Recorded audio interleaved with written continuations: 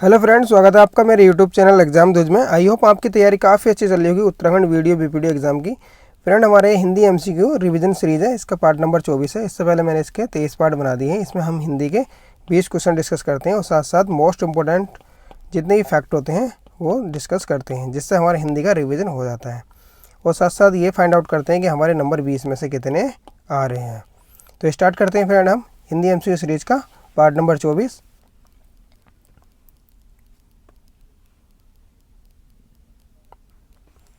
हमारा पहला क्वेश्चन है, स्वर संधि का उदाहरण है। तो देखिए, स्वर संधि का उदाहरण बताना इनमें से कौन सा है। पहला है दिग्गज, विद्यालय, जगदम्बा। तो फ्रेंड्स, स्वर संधि का उदाहरण आपका विद्यालय। विद्यालय आपका बनता है विद्या प्लस आले। तो यहाँ पर आपका बन जाता है, यह आपका कौन सा दीर्घ संधि का उदाहरण है। यह आपका दीर्घ संधि का उदाहरण है। अब दिग्गज आया फ्रेंड, तो दिग्गज का संधि विच्छेद देख लेते हैं, क्योंकि इसका कई बार पूछा जाता है। तो इसका होता है दिक् प्लस गज। नेक्स्ट क्वेश्चन है हमारा, निम्न में से किसमें विसर्ग संधि है। तो बता रहे हैं कि किसमें विसर्ग संधि है आपकी।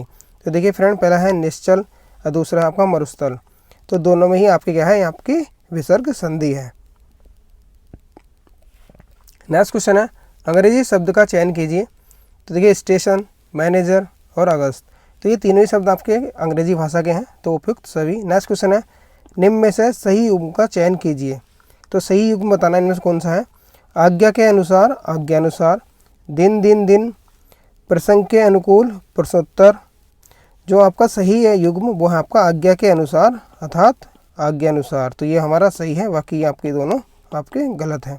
नेक्स्ट क्वेश्चन है, जिस समासिक शब्द के दोनों पद प्रधान होते हैं वह है। तो देखिए, जिस समासिक पद या जिस समास के दोनों पद के होते हैं प्रधान होते हैं, तो वह पद होता है आपका फ्रेंड द्वंद्व समास। तो इसमें क्या होता है, देखिए इसमें दोनों पद आपके क्या होते हैं, प्रधान होते हैं। वो का समास विग्रह करते हैं, तो उसमें आपका और, अथवा, या, ठीक है, ये शब्द आपके आते हैं। जैसे कि ठंडा गरम,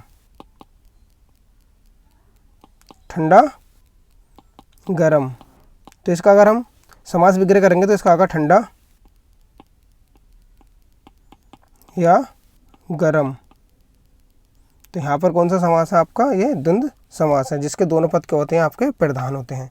नेक्स्ट क्वेश्चन है, 5 शेरों का समूह पंसेरी में कौन सा समास है। तो देखिए, यहाँ पर शुरू में आ रखा है 5, ठीक है। तो 5 मतलब संख्यावाचक आ रखा है यहाँ पे। तो जहाँ पर आपका संख्यावाचक विशेषण हो, वहाँ पर फिर आपका द्विगु समास होता है। इसमें क्या बनता है, आपका समूह बनता है। जैसा अगर एग्जाम्पल ले मैं, जिसकी कहा मैंने तिरंगा, तो तिरंगा का अर्थ हो जाएगा आपका 3 रंगों का समूह।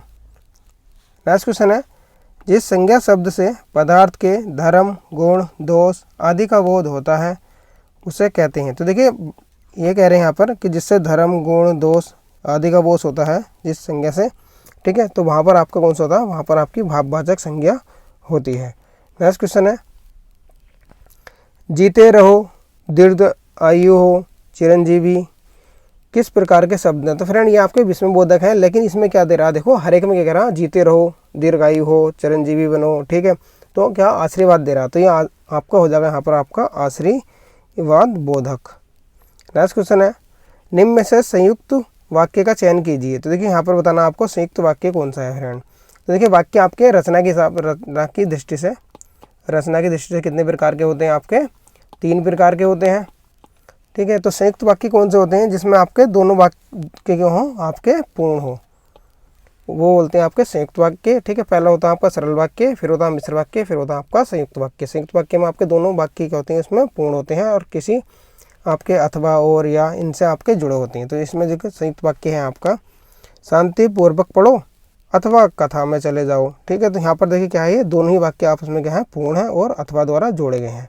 नेक्स्ट क्वेश्चन है, शुद्ध शब्द का चयन कीजिए। तो यहाँ पर बताना है कि शुद्ध शब्द कौन सा है।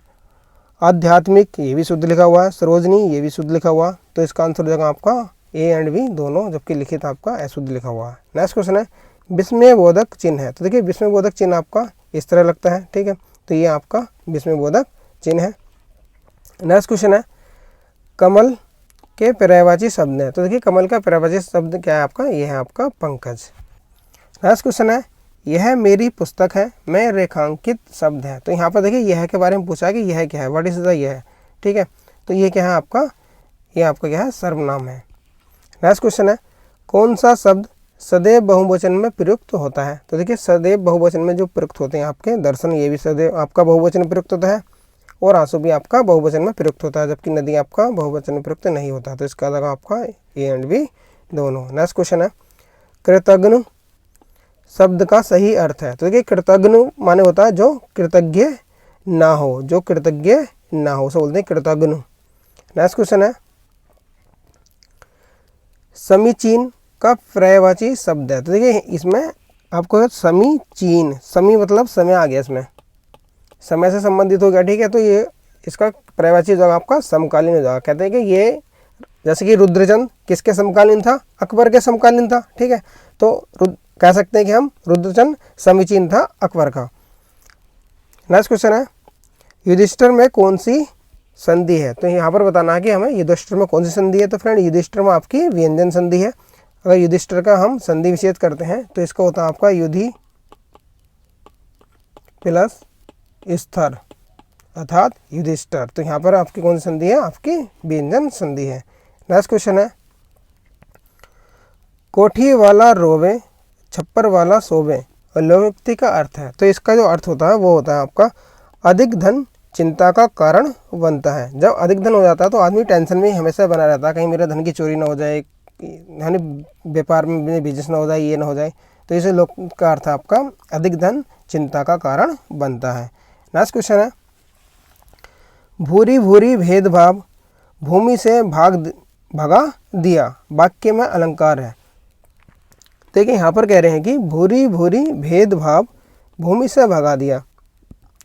तो यहाँ पर आपके भय वर्ण की क्या है, आवृत्ति है, ठीक है, तो जब किसी वर्ण की आवृत्ति होती है तो वहाँ कौन सा अलंकार होता है आपका, वहाँ आपका अनुप्रास अलंकार होता है।